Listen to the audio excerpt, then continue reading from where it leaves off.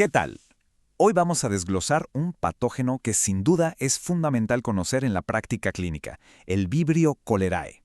Vamos a ver de todo, desde su biología más básica hasta el tremendo impacto que tiene a nivel mundial.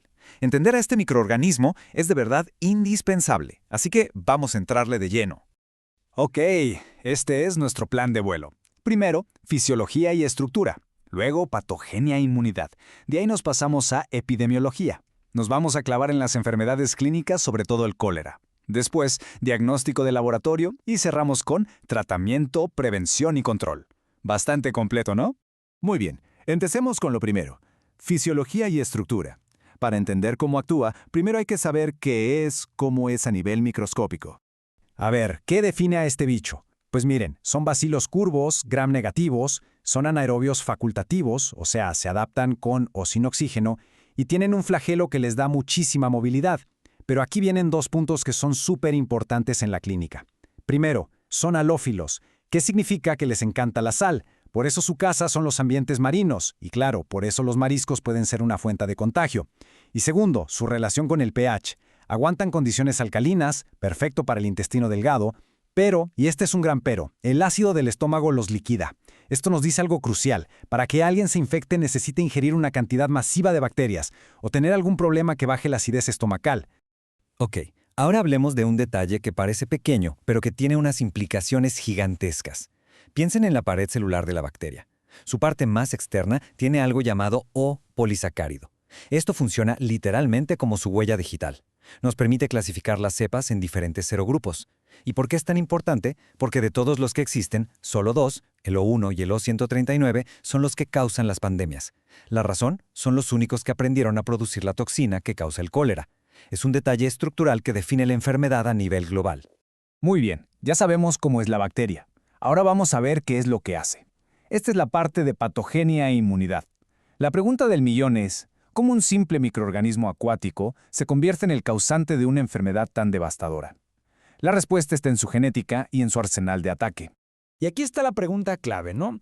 ¿Cómo una bacteria que anda por ahí en el agua de repente adquiere las armas para causar una enfermedad tan terrible en humanos? Hay que recordar que la mayoría de las cepas de Vibrio son inofensivas. Entonces, ¿qué pasa? ¿Qué la convierte en un patógeno tan exitoso? Pues es una historia fascinante de evolución molecular, que pasa en dos pasos clave. Es un proceso de dos actos. Primero, la bacteria necesita el ancla. Tiene que adquirir un grupo de genes, una especie de paquete genético llamado isla de patogenicidad, que le permite construir el pilus TCP. Este pilus es lo que usa para pegarse a nuestras células intestinales. Ahora, una vez que tiene este pilus, pasa el segundo acto. Se vuelve vulnerable a un virus específico, un bacteriófago llamado CTX-FI. ¿Y qué hace este virus? Usa el pilus como puerta de entrada, infecta a la bacteria y le inyecta su propio material genético. Y sorpresa, dentro de ese material vienen los genes que producen la toxina del cólera. Así de simple y así de letal.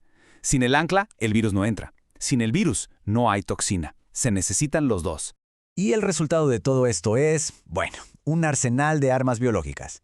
La estrella del show, claro, es la toxina colérica, la responsable de esa hipersecreción masiva de agua.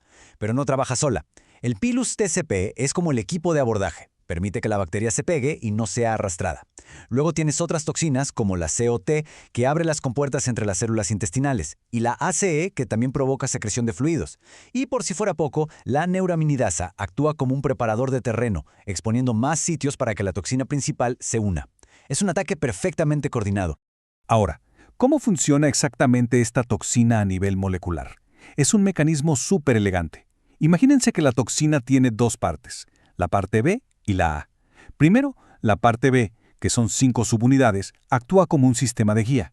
Se une a unos receptores específicos en las células del intestino, los gangliósidos GM1. Una vez que está firmemente anclada, la parte activa, la subunidad A, es inyectada dentro de la célula. Y aquí es donde empieza el desastre. La subunidad A va y hackea el sistema de comunicación celular. Activa de forma permanente una enzima, la adenilato ciclasa. Esto provoca una acumulación brutal de AMP cíclico, que a su vez le da la orden a la célula de que abra todos los canales de cloro. El resultado es una fuga masiva, imparable, de agua y electrolitos hacia el intestino. Ok, ya vimos el cómo a nivel micro. Ahora hagamos un zoom out y veamos el panorama completo. La epidemiología. ¿Cómo es que esta bacteria logra propagarse y causar pandemias que afectan a millones? El vibrio cólera vive felizmente en estuarios, en aguas salobres. ¿Cómo llega a nosotros? Por la ruta fecal oral, casi siempre a través de agua o alimentos contaminados. Pero aquí hay un dato clave. Se necesita una dosis infecciosa altísima. Hablamos de más de 100 millones de bacterias. ¿Qué nos dice esto? Que para que haya un brote, tiene que haber un fallo masivo en el sistema de saneamiento, una contaminación fecal a gran escala. Por eso se dice que el cólera es, en esencia, una enfermedad de la pobreza y de la infraestructura deficiente. Es el canario en la mina de la salud pública. Y vaya que ha viajado. El cólera ha azotado al mundo en 7 grandes pandemias desde el siglo XIX. Actualmente estamos viviendo en la 7ª, que es causada por un biotipo llamado el TOR. Y este biotipo tiene una característica epidemiológica muy importante. Produce muchos más portadores asintomáticos que el biotipo clásico de pandemias anteriores. Esto es un problema enorme, porque estas personas, sin saberlo, se convierten en reservorios silenciosos que diseminan la bacteria, haciendo mucho más difícil controlar los brotes.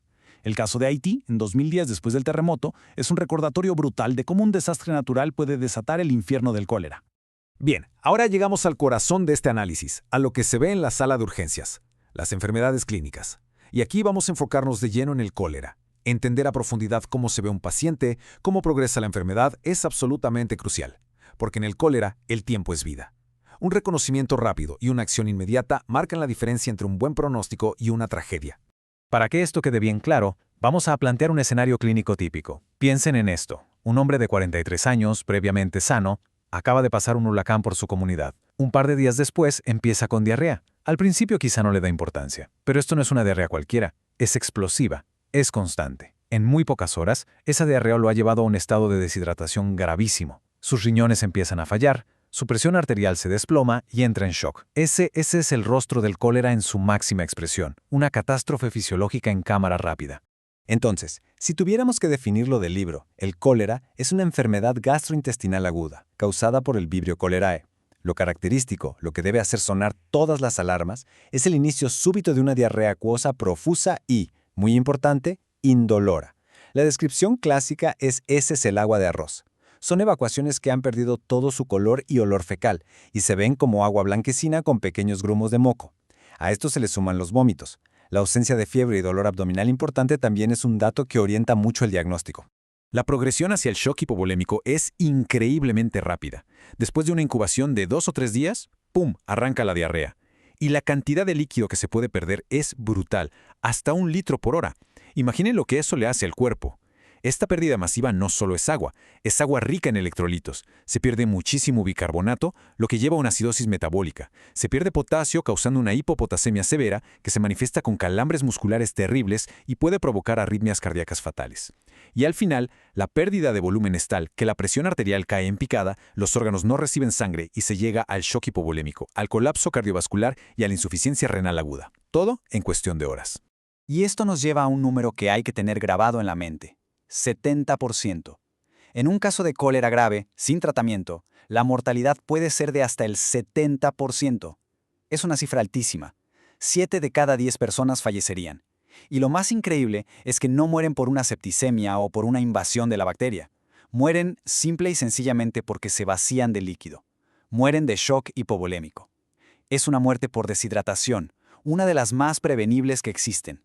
Entonces, si te enfrentas a una mortalidad del 70%, ¿cuál es la intervención más importante? La bala de plata.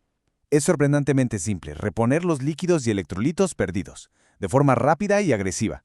Esa es la prioridad número 1, 2 y 3. Antes de pensar en antibióticos, antes de cualquier otra cosa, hay que abrir la llave del suero y reponer volumen.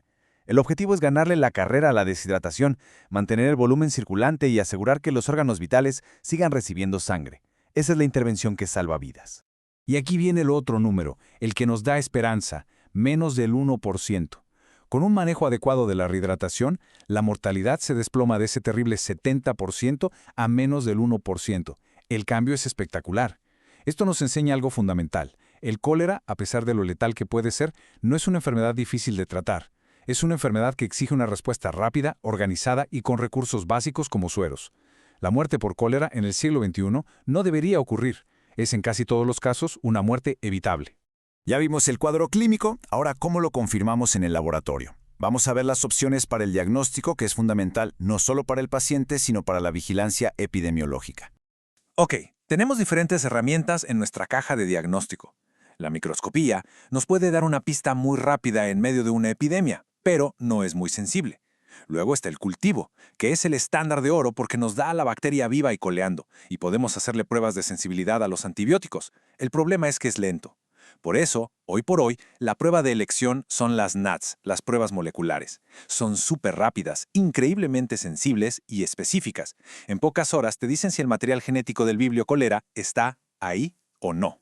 Y para terminar, vamos a juntar todas las piezas. Hablemos de tratamiento, prevención y control. Ya no solo se trata del paciente individual, sino de cómo evitamos que esto se convierta en un desastre comunitario. El manejo del cólera se sostiene sobre 3 pilares fundamentales. El pilar número 1, el más importante y urgente, es la rehidratación. Si este pilar se cae, todo se viene abajo. El segundo pilar son los antibióticos. Ojo, son secundarios, pero ayudan mucho. Una dosis de acitromicina, por ejemplo, puede acortar los síntomas y, muy importante, reducir el tiempo que el paciente está eliminando bacterias, cortando la cadena de transmisión. Y el tercer pilar, que es la verdadera solución a largo plazo, es la salud pública. Agua limpia, drenaje, saneamiento. Sin esto, el cólera siempre encontrará la forma de volver. Y para cerrar, les dejo esta pregunta, que en realidad es el resumen de todo. Si estamos en una comunidad donde está estallando un brote de cólera, ¿cuáles son las 2 cosas que hay que hacer ya en este momento para salvar la mayor cantidad de vidas y frenar la propagación? Piénselo. La respuesta combina la atención clínica inmediata con la acción de salud pública. Y entender esa dualidad es entender la esencia de la lucha contra el cólera.